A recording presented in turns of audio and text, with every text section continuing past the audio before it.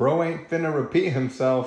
Look, yeah, you talk about it in your personal statement. You talk about a lot of things in your personal statement. But there are a whole number of reasons why people would bring up things you've already spoken about in your application at an interview. The first and most obvious reason is that they want some clarification. Maybe they want to hear the story out of your own mouth because it's different when you're talking about it in person compared to when you're writing about it on paper.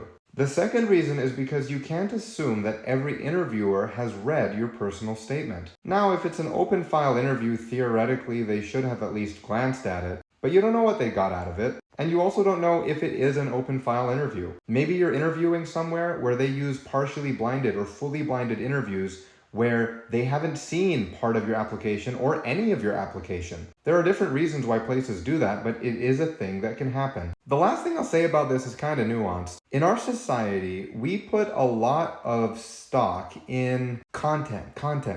What you say, the actual details of the things that you're professing. But there is a lot to be said about prosody, how you say things, the way you communicate, the way you tell the story, the way that the story arises in the space between two people, the process of communication. If you ask me, I would much rather talk about something I'm extremely passionate about when I'm directly face to face with someone where I can really resonate with them, where they can feel my passion in the room. And that gets to your second question up there, which is that no, you don't have to say the exact same things, but if what you wrote in your personal statement was true, some of the themes, some of the why, some of the passion, some of the purpose will have some overlap with what you wrote in the personal statement. Naturally. It's not like they're parsing one-to-one, trying to catch you making an error.